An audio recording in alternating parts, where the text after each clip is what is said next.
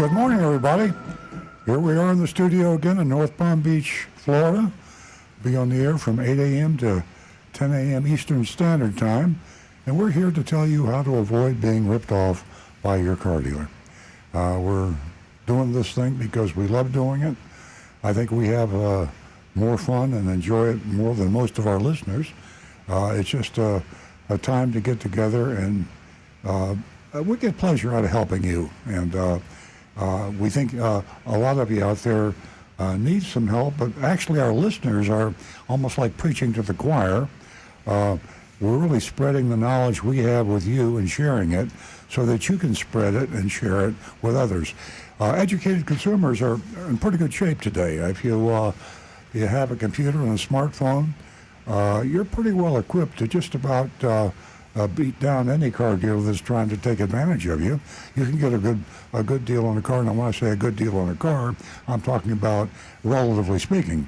You're going to pay more for a car today than you did 3 years ago, maybe a lot more, depending on the supply situation of your particular make and model car. But you can still do better if you pick up a few ideas and tips. Highlight of the show is our mystery shopping report.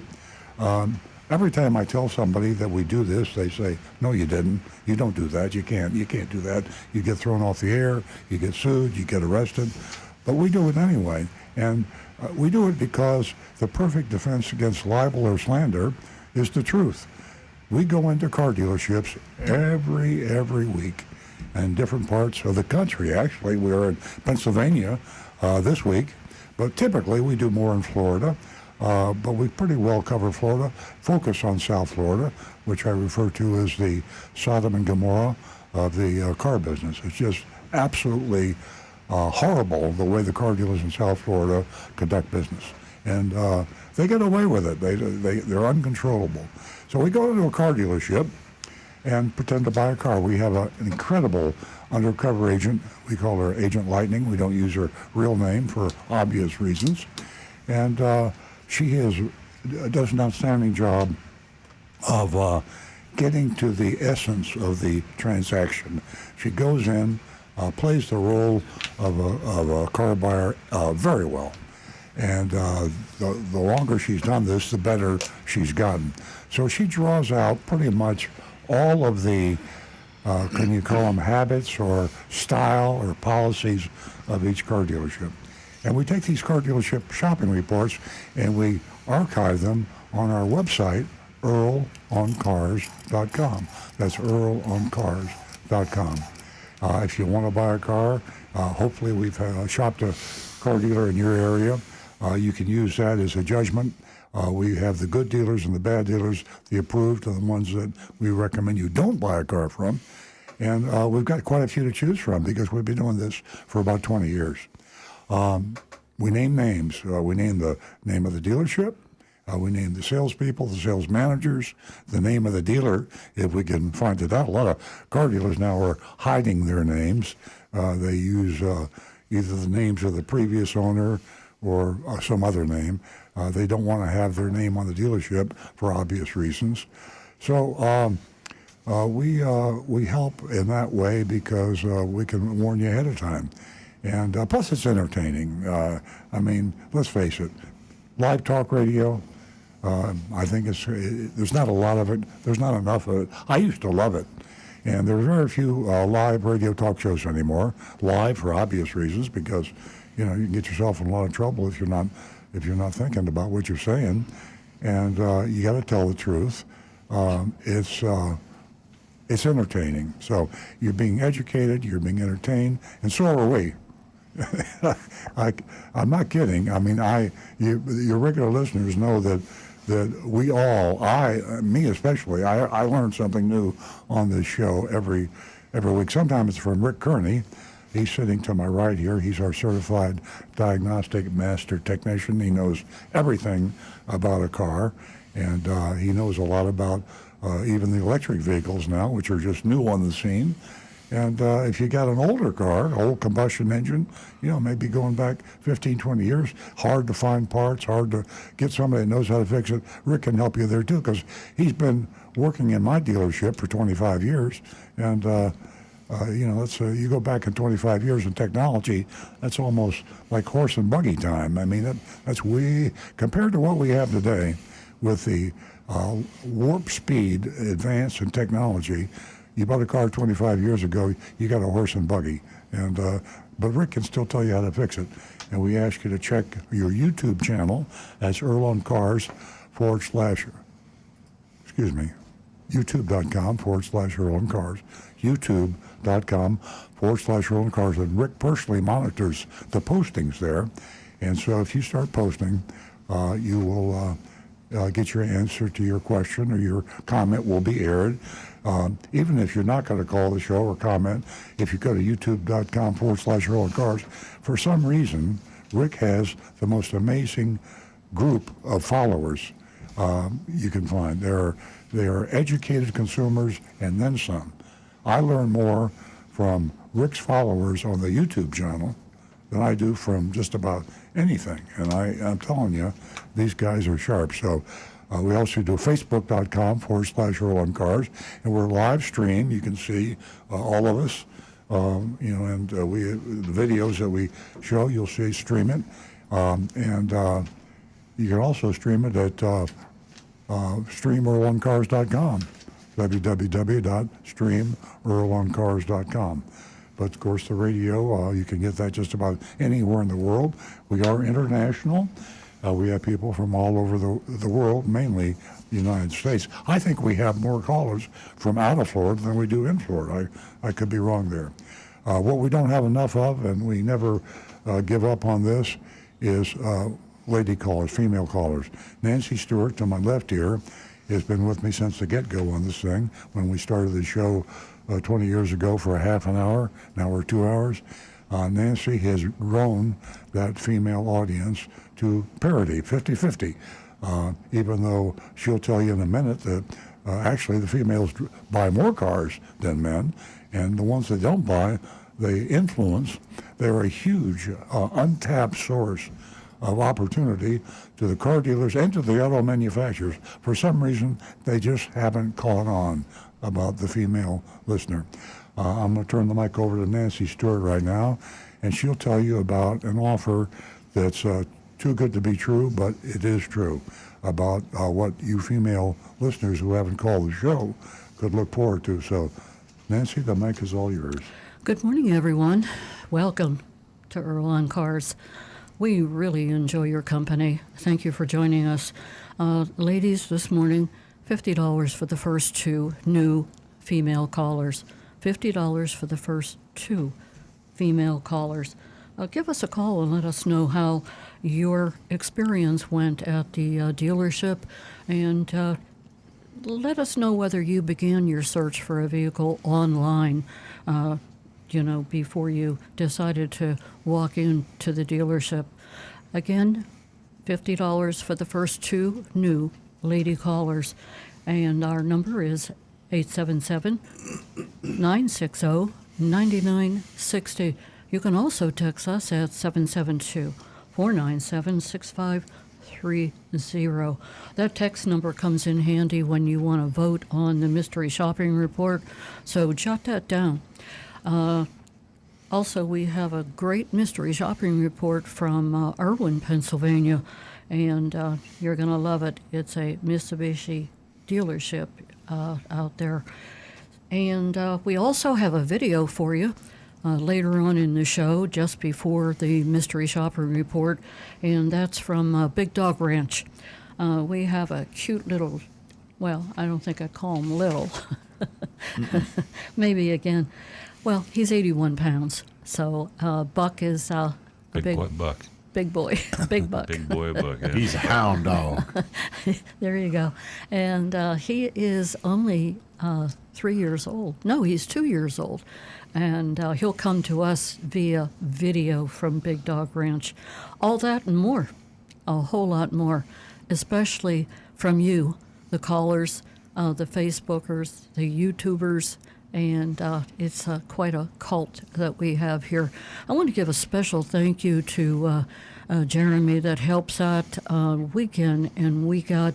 I don't mention his name very often, except to tell the ladies to give him their contact information, but he's the producer, and he works from the control room, and he keeps us up and running, just like Jonathan. Jonathan does a fantastic job also. So we have a lot of players here in the studio. Again, that number is 877-960-9960, or you can text us at 772-497-6530. Don't forget your anonymousfeedback.com. Now back to the recovering car dealer. Well, as Nancy just said, and I forgot to give you those numbers, I'm glad she remembered because these numbers are critical. Your calls make the show. It's funny because Nancy and I go crazy every Saturday morning early studying automotive news in the Wall Street Journal, the New York Times, and everything else, and trying to get ourselves up to speed on things like the UAW strike and all the other things. And we want to be able to present some intelligent comments to you, and then we are overwhelmed with the intelligence of the comments from our callers and the questions, which are some things that we frankly have to struggle to get answers to. But the UAW strike is huge. There you go. Yeah, it's right It's here on. expanded, in case no one has read the newspaper this morning. It's expanded into, I believe, about 38 locations. I know Central Florida, they're big players. Oh, yeah. And now they're talking about parts. They want the parts employees to support them also. So that is something to, well, watch. Earl, I'm going to go to the phones because Marty is on the line, and Marty calls us every week. He's from West Palm Beach. Good morning, Marty. Good morning. How's everybody doing? Great. Doing great. First thing I wanted to say, I wanted to compliment your service manager, Mark, because I had a problem when the car was still under warranty, and I talked to him, and they were able to take care of the issue. It wasn't a big issue, but they were able to take care of it even after now that it's out of warranty. So he was very, I just can't say enough good about him. He's a very nice guy. Thank you so much. And I wanted to make sure that you and Earl, can hear the compliment. Yeah, recognition is great, and we all deserve it at one time or another. And the guys in service, they work pretty hard, right, Stu? Yeah, and Marty, I was like, it's a good point that you brought up because it comes up time and again on the show. People bring in call with problems with their car, and maybe they're just out of warranty or out of warranty for a few months, and it's important to have work with the service department that has a good relationship with the manufacturer. Because Earl has talked about goodwill a lot on the show, and that's when the manufacturer, Honda or Ford, pays for the repair that would have been warranted, but you're out of warranty by miles or time. And maintaining those good relationships are able to get this their favors done for the customers. So you witnessed that firsthand. Yes, yes. Now, also, I wanted to say with the auto workers strike, I guess Toyota and Honda are not unionized. Correct, in the United States, yeah. So as long as they're not affected, but the only trouble is they don't have any cars. Well, they can't take another hit. That's but you're right. I mean, as far as GM and Ford and Chrysler cars and that's that could affect inventories a little bit down the road. So it's not over yet. Yeah. Well, as far as Toyota, though, I mean, if your cars were still like the old days, I'd say you'd be booming because people are probably nervous about this auto strike. Yeah. If we had the cars, we definitely have the customers. There's still still a shortage out there. It's getting better though. I do have good news. And I've watched it. I've looked at the graphs myself, and you can see the production is ever since June, and this is what was forecast to us by our Toyota people that after July on, we're going to see a lot more production, and it's pretty significant now. They're looking at Toyota dealers in the South having almost a 20-day supply by the end of this year, and that's close to normal times. Is that a 20-day supply of all cars? I'm only speaking about Toyota dealers in the southeastern United States, but as a group, right now it's about an 8-day supply, and by the end of the year, it's going to more than double. No, I meant Toyota models. Yes. In other words. Yeah. Oh, okay. Yeah, because I looked at a Crown, and I wanted the bird's eye view. Mm-hmm. Well, now the bird's eye view you can only get, according to your sales manager there, he said the only way you can get a bird's eye view now is you got to order the highest price Crown. Yeah, they usually come in the it's a pretty cool feature, though. Yeah, it's a good feature, yeah. I've got it in my Camry, so I really like it. But he said they're going to start eventually, probably said in 2024, making it in the limited version. But right now he said it's only in the platinum version. So, you don't want to spend That's that much money. Yeah, you got to stay up to date on those packages. Yeah. But as long as I just wanted to, again, just compliment your service manager and your dealership. All right, thank you very much. I'm going to give Mark a hug when I see him on Monday. Give him a hug. Okay. Absolutely. All right. Thanks, I'll Marty. give him a hug, too. All right. Thanks, Have a Marty. good weekend. All right, bye-bye. Can I jump in there quickly? I just want everyone to realize that, we do have a car dealership, obviously, and this is not a infomercial. We don't do this to promote our car dealership. Car dealership is an asset to someone that can be critical of car dealers because being insiders, having been in the retail automobile business my life, more than half my life, about 50 years, and but we've been there and done that. That's the reason it's an asset, but we don't self-promote. But we have to admit we love it when people compliment us. So Marty called up, he's a customer, and he was talking about our service manager, and we love it. But it's not what we do on the show. We try to help you decide how you should buy a car and where. Yes, that's great information.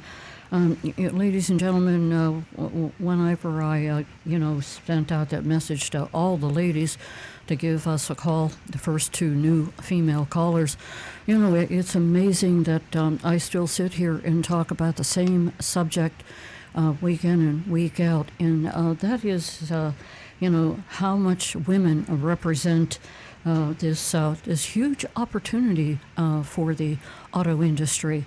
We're a huge part of it. Financially, I'm talking about.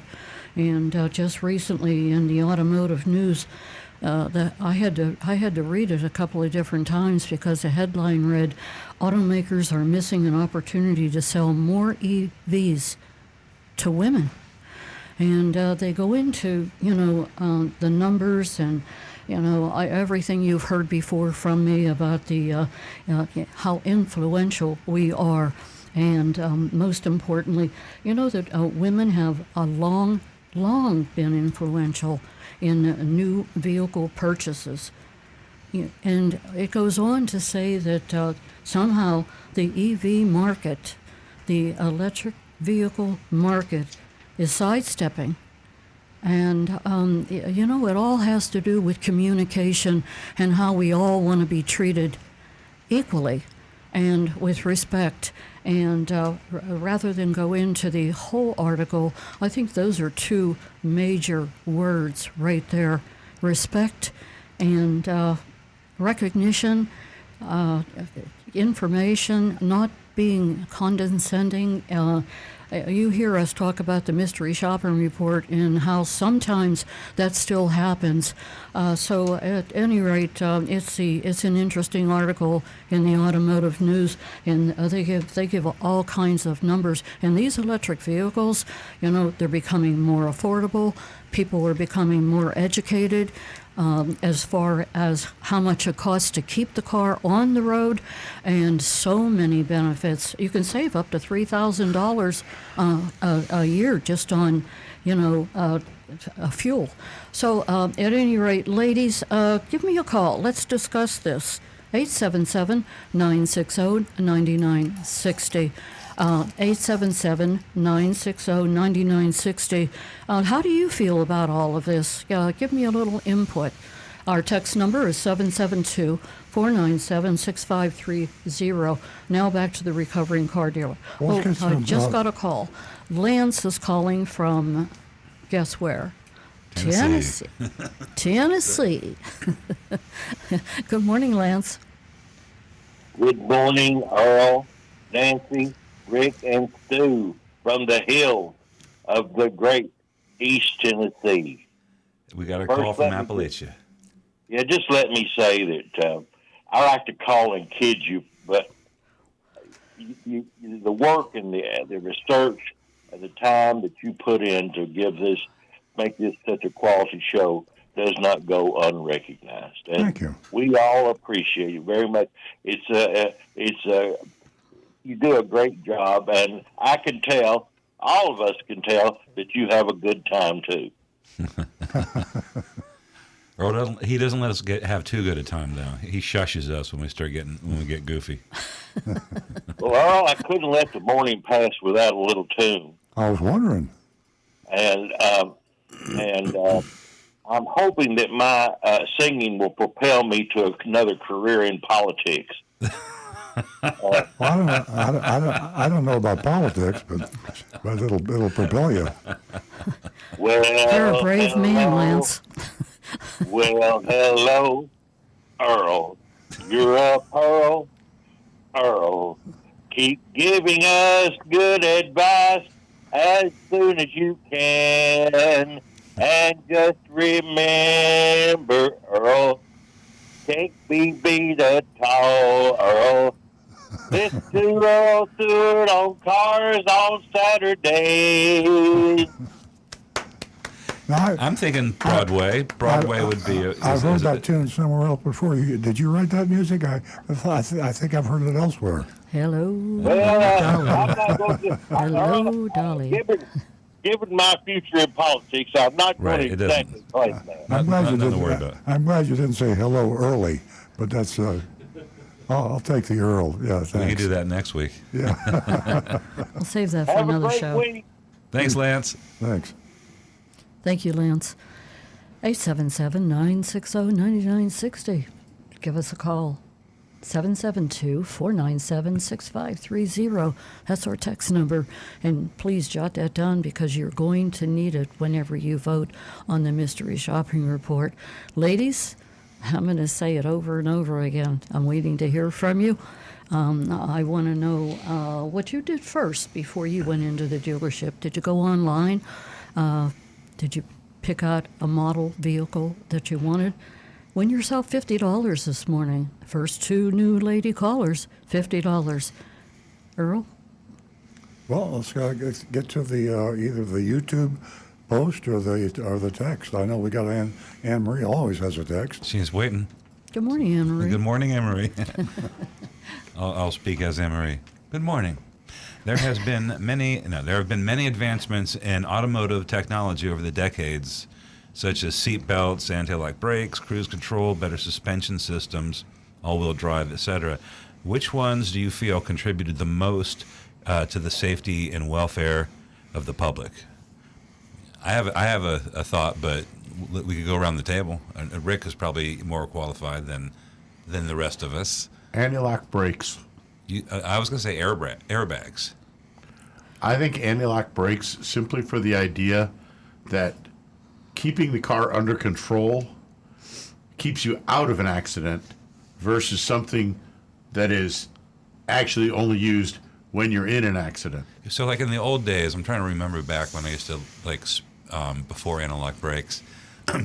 So if there's an accident in front of you and you have to slam on your brakes, people are just spinning out of control trying to avoid accidents and colliding with other cars. I remember being taught to drive when Pump the brakes. people would say, pump the brake pedal, Yeah. pump the brake pedal. Well, they weren't telling you how to pump the brake pedal, which is the intention there is that you are supposed to... as fast as you can. No, actually, you're supposed to step on the pedal hard to the moment that you feel like the tires are going to lock up, then release the brake, then step on it I again. never did that once. And yet we all thought it was bum, bum, bum, bum, bum, bum, bum, Yeah. which didn't really do What the computer's effectively doing. what you were looking to do. Anti-lock brakes actually uses the computer, and the reason it feels that fast pounding if it activates is because it's actually activating right at the moment when the tires begin to stop moving. And the moment the computer sees that, it immediately releases the pressure, lets the wheels start to move again, Catch. then applies again, and thereby slows the car, keeping the absolute maximum amount of traction. At the same time, it's allowing you to still have traction for steering, which Right. I knew that was the most important part. being 'cause- able to steer away from an accident is going to save your life. And also the other things that some of the things that Emery mentioned are possible by analog brakes, like the vehicle stability control and this. Exactly. All Traction the stuff control. that's grown out of it. All right. I know the right answer. Because you Googled it. Yeah. Was I right? Was it Well, airbags? it's not, no. It's not something that you could talk about for a long time, but seatbelts. Duh. Seatbelts. Yeah, the first. You're right. You know, I was in my mind. I thought that it was like seatbelts are just ubiquitous, and then the last 30 years we got all the safety Yeah. equipment. I say the I go seat- back pre-seat belts, only one in the group here that was in the car business back then. But I have a vivid recollection of my resentment for a seatbelt. I mean, just, how dare anybody say, I got to wear a seatbelt? And I was a Pontiac dealer back then, and when the first cars came in with the mandated seatbelts, we hid them.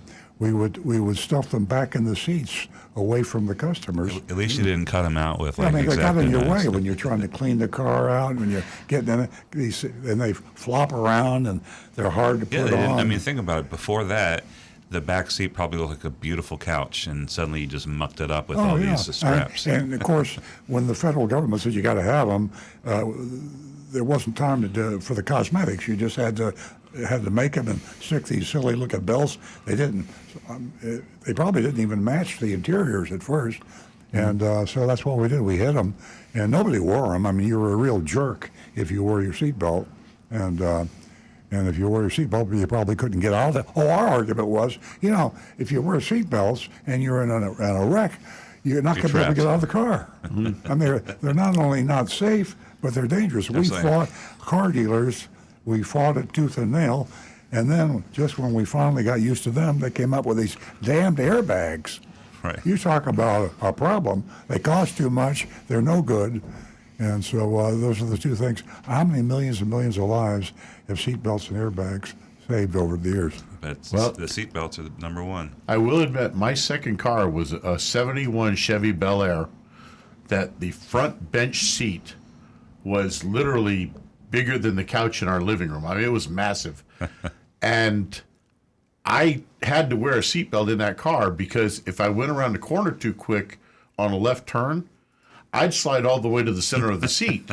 And suddenly I'm holding the wheel, but my feet are nowhere near the pedals because you literally would just slide right across the seat. It was so huge. I At remember least you have those something to hold days. on to, though. At any rate, my answer would be seat belts and the brakes. They're equally as important.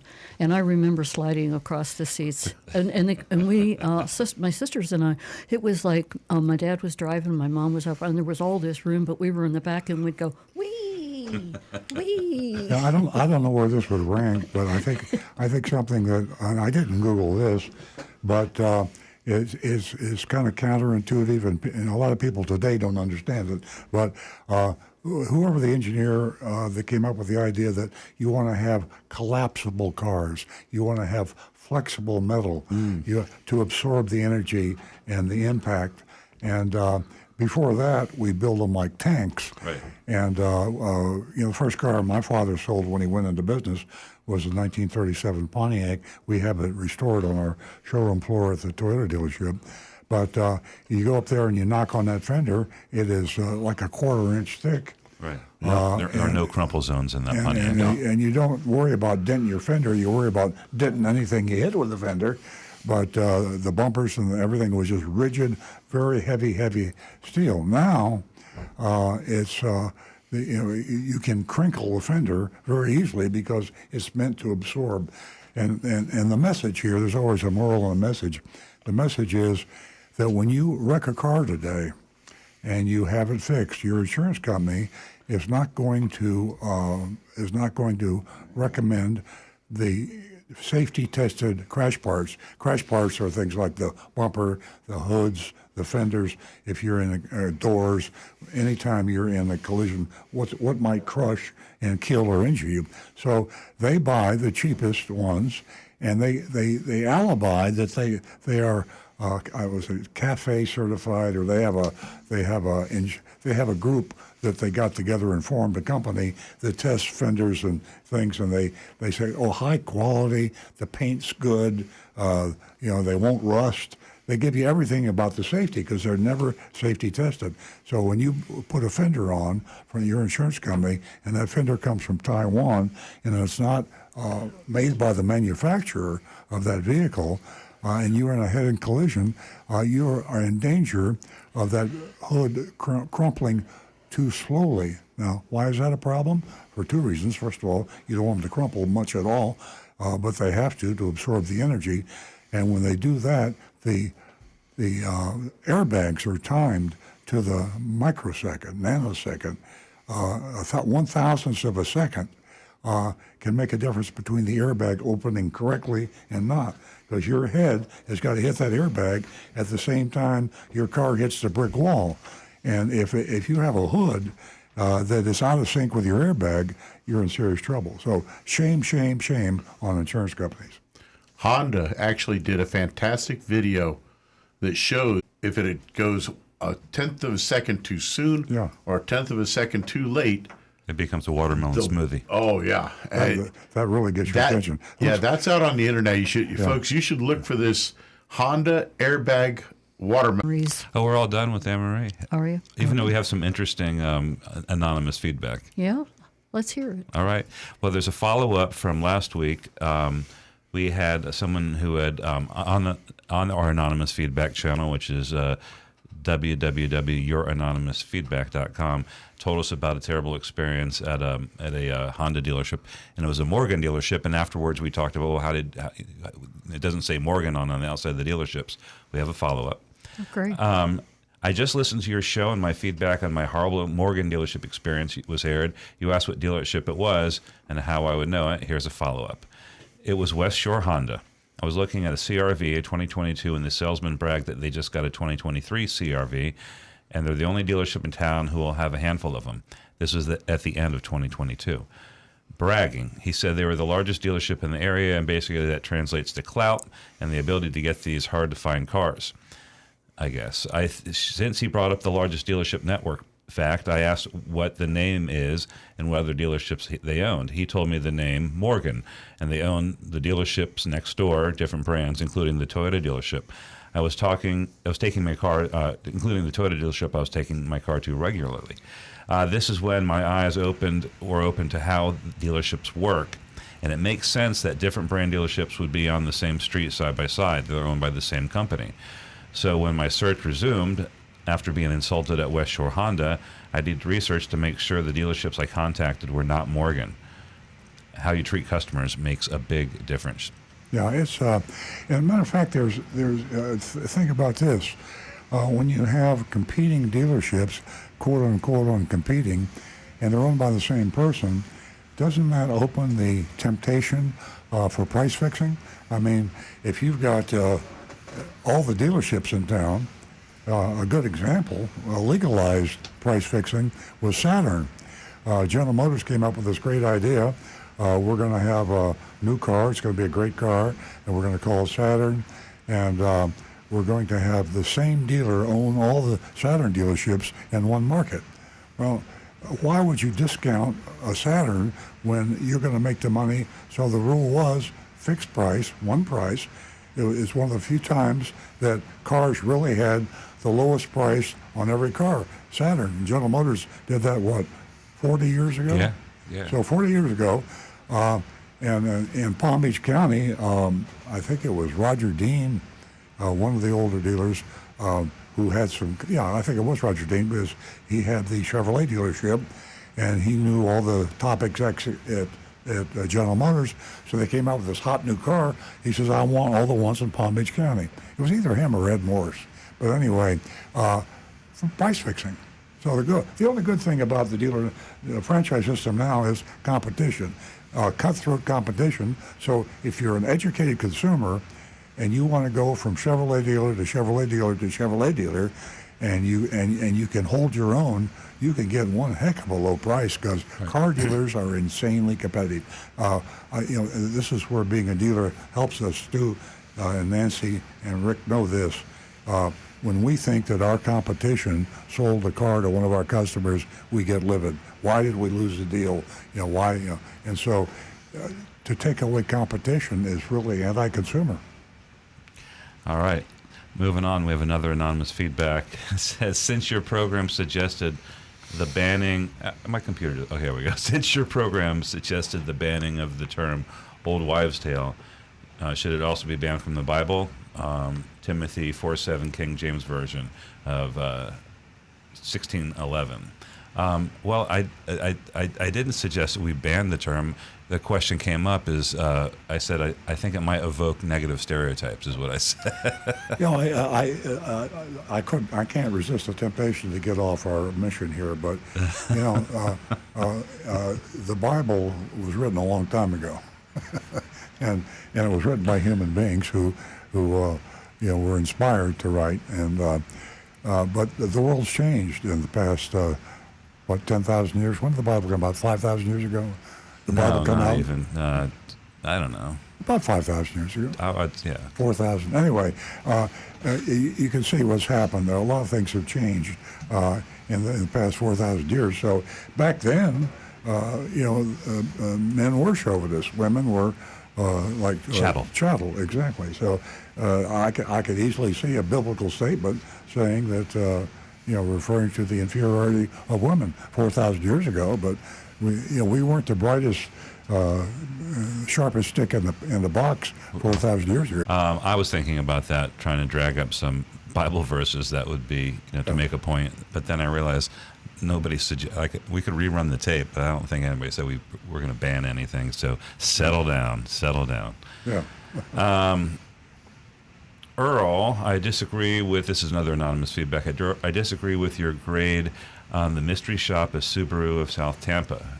Ripping off the customer should never get a passing grade. I'm with Nancy. They get an F. Well, maybe you don't understand, if you're listening, maybe you don't understand that we grade on the curve. Now, in school, most schools, colleges in particular, grade on the curve. And that protects the student, I guess, against bad teachers. I mean, the curve says if you're the smartest student in this class, you should get an A. If you're the dumbest student in this class, you should get an F. So we adopt that system, whether you like it or not, because you have to buy cars. Cars are not a luxury anymore. I guess maybe 100 years ago, it was a luxury item. Today, how are you going to get to the pharmacist, the doctor, to school, to your job? I mean, you got to, and there are parts of the country where if you don't have a car, there's no mass transit. You got to have it. So it's just a matter of, Yeah, just thinking about this,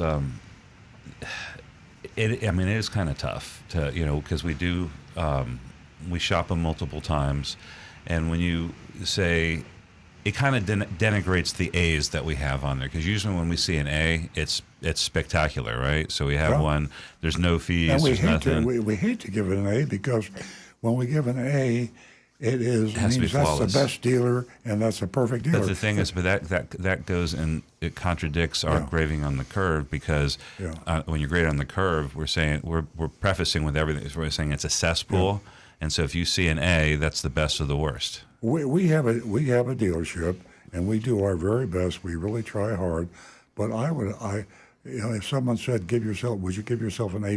I'd say no. I'd be embarrassed to give us an A.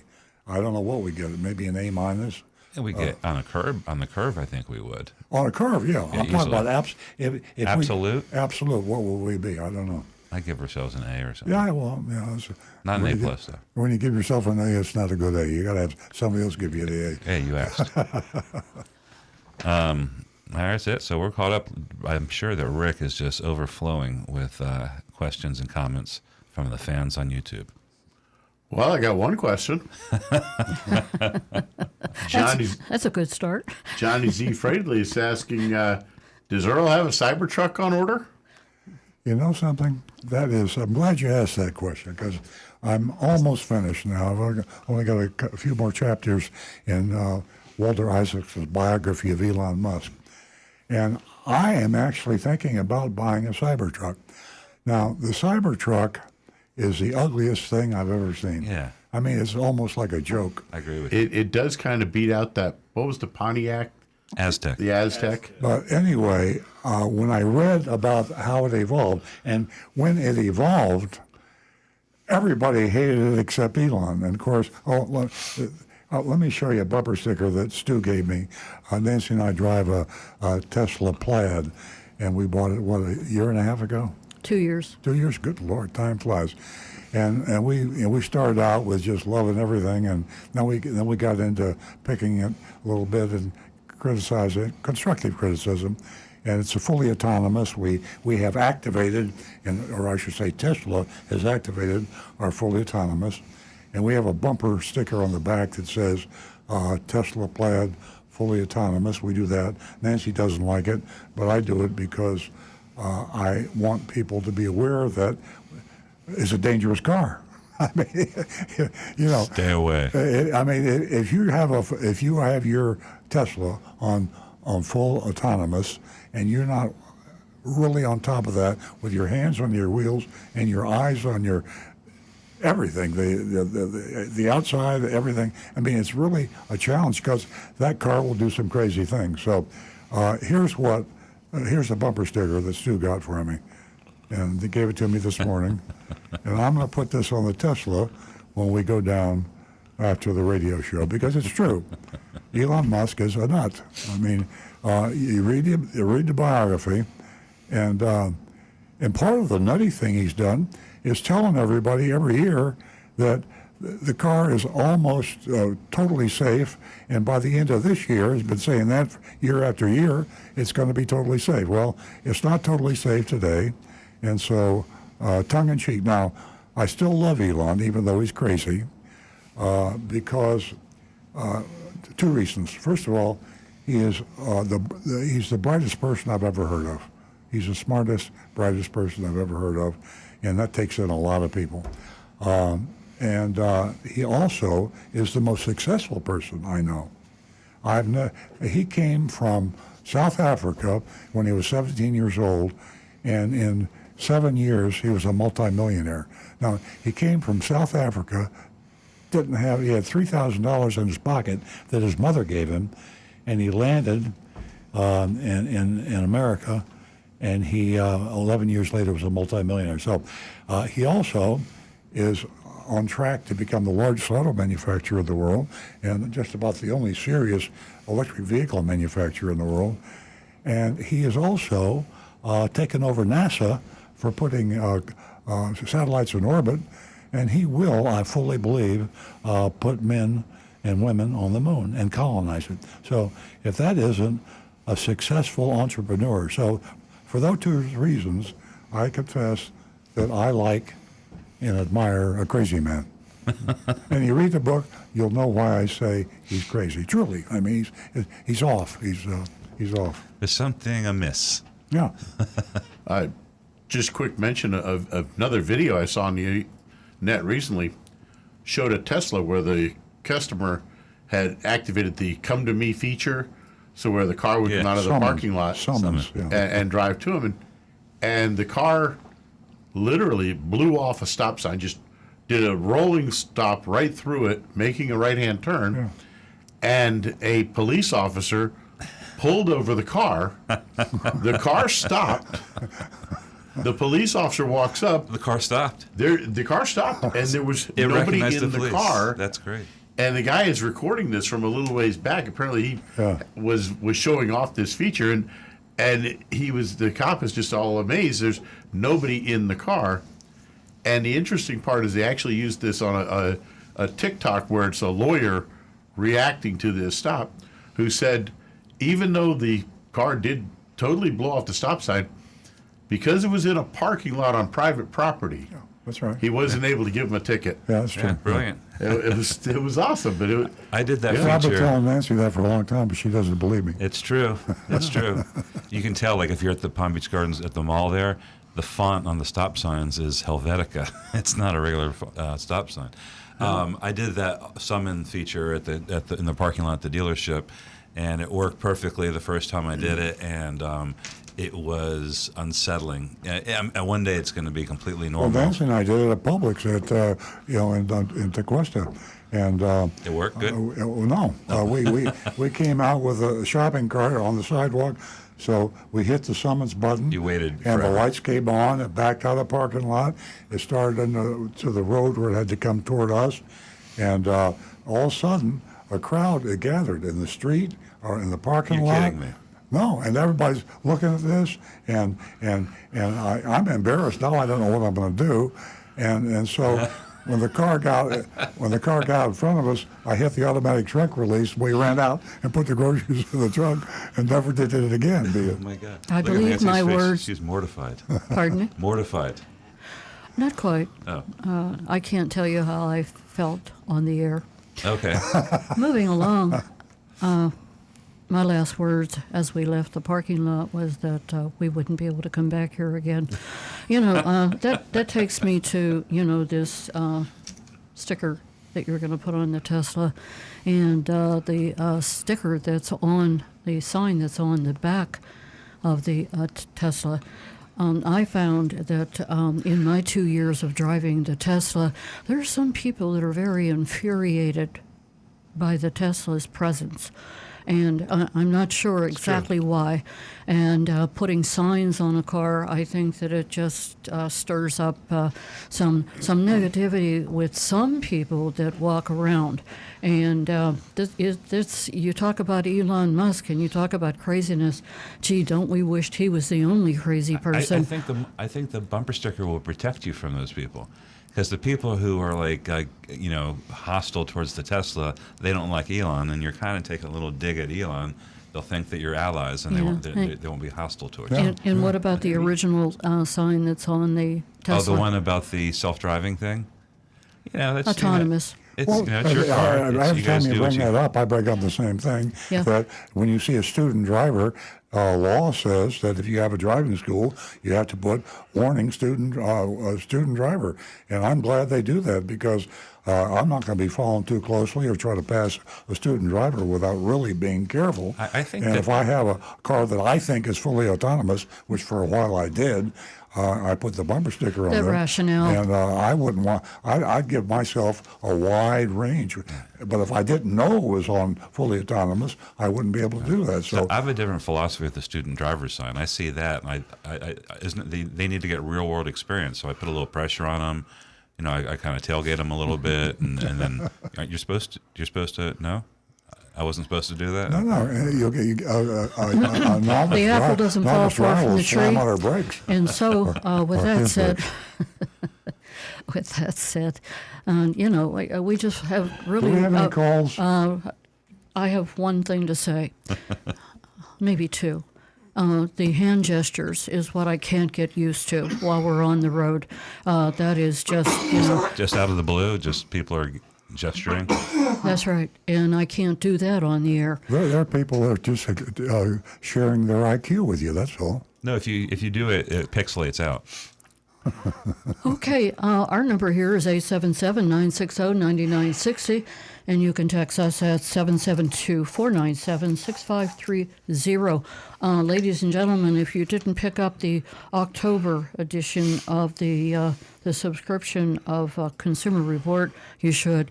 There's some great articles in here and some fabulous tests that they do. All their tests are so fabulous. They purchase so many vehicles. I'm not sure if anyone knows that or not, but they go to great lengths to keep us safe and make some suggestions. At any rate, the safest cars are in the October subscription. Rick, I thought you were going to say something. And what makes cars safer right now? We are going to, first I'm going to tell the ladies again that you can win yourself $50 for the first two new lady callers. And just give us a call, give us a chat, say hello. Nothing, out of the ordinary. 877-960-9960. Text us at 772-497-6530. We're going to go to Walter, who is calling us from Stewart. Good morning, Walter. Good morning. Just a couple of quick things. Mitsubishi has quit making the Mirage. Mm-hmm. Secondly, General Motors is going to be introducing 2 new vehicles that are going to be manufactured in South Korea under the name of Buick and Chevrolet. The Chevrolet model will have the same engine as the Buick, which is a 3-cylinder turbocharged engine at 138 horsepower. The Chevrolet will retail for $20,000. Wow. The Buick will retail for between 22 to 23, and they're looking to export these vehicles. How that ties into the UAW situation, I don't know. But also, a third point, Elon Musk was recently in India talking to higher-ups there about building a plant and producing an electric vehicle in the 24,000 range. I think what's interesting about this whole subject is that in regard to the GM and South Korea and the low price point, they pointed out the creditworthiness of the American consumer continues to decline as car prices continue to rise. Did you say that the Buicks and the Chevys manufactured in South Korea, is that begun already, or is that just in the works? That is, the source on that is CNBC.com. Yeah, so I was just wondering how. I don't think it would impact the UAW strike. It takes a while to get a factory up and running. So, but one of my points is that I think the people in the auto industry are starting to realize people are being squeezed financially. And, for instance, if Toyota doesn't have anything underneath a Corolla to offer, then they might walk over to the Chevy dealer at $20,000. Well, that's a heck of a price, and I think that diversification by having manufacturing facilities in other areas, you're right. I think it could be a anti-union tactic for the manufacturers. I think the UAW and the union workers are seeing the handwriting on the wall with electric vehicles, because there's a fear that the electric vehicles could create a whole new tide in unionization as to whether or not auto manufacturers were primarily unionized. As you know, Toyota is not unionized at all in the United States. Tesla is not unionized.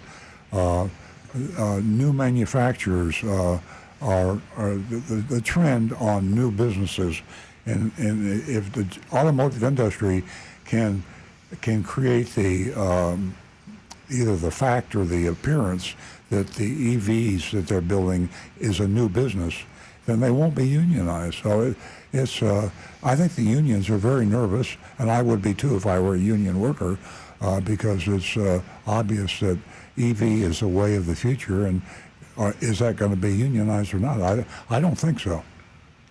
Well, the only comment I would make about the Mitsubishi Mirage, apparently their sales were horrible, so that's probably the reason they dropped that vehicle.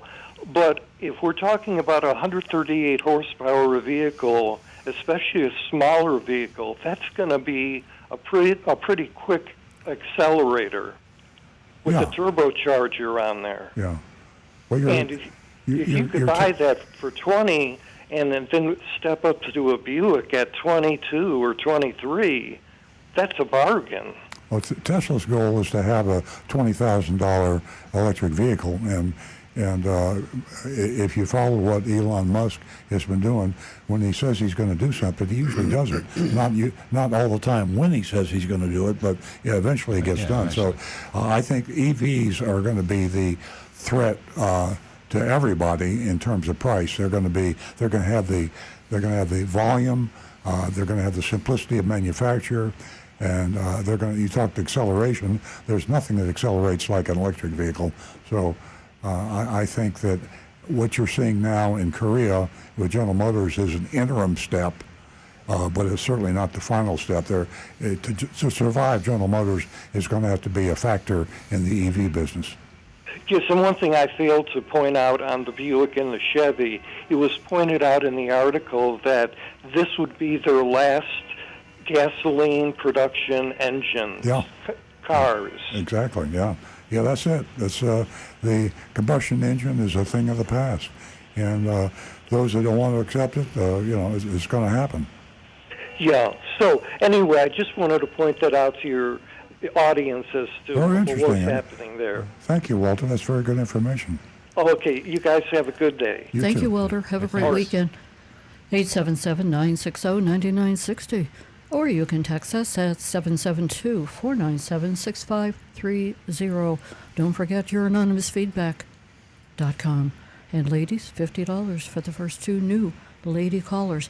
We're going to go to Roadrunner, who gives us a call from Boynton Beach. That's Roadrunner Steve. Meep. Good morning, everybody. Boy, you're hard to get through to, but I finally got through after a few weeks. Okay. Nice to hear from you. Yes. When Earl said student driver, he stays away from those cars. My favorite sticker was mother-in-law on board. I'd stay away from driving next to them. Also a little birdology. California desert cuckoo. Yeah. That is a roadrunner.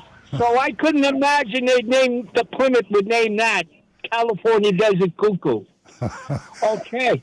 The third thing is, how much in Teslas, do they have variant cars? Are they rated with horsepower? They're huge horsepower. It almost. Rick, do you have any horsepowers of some Teslas?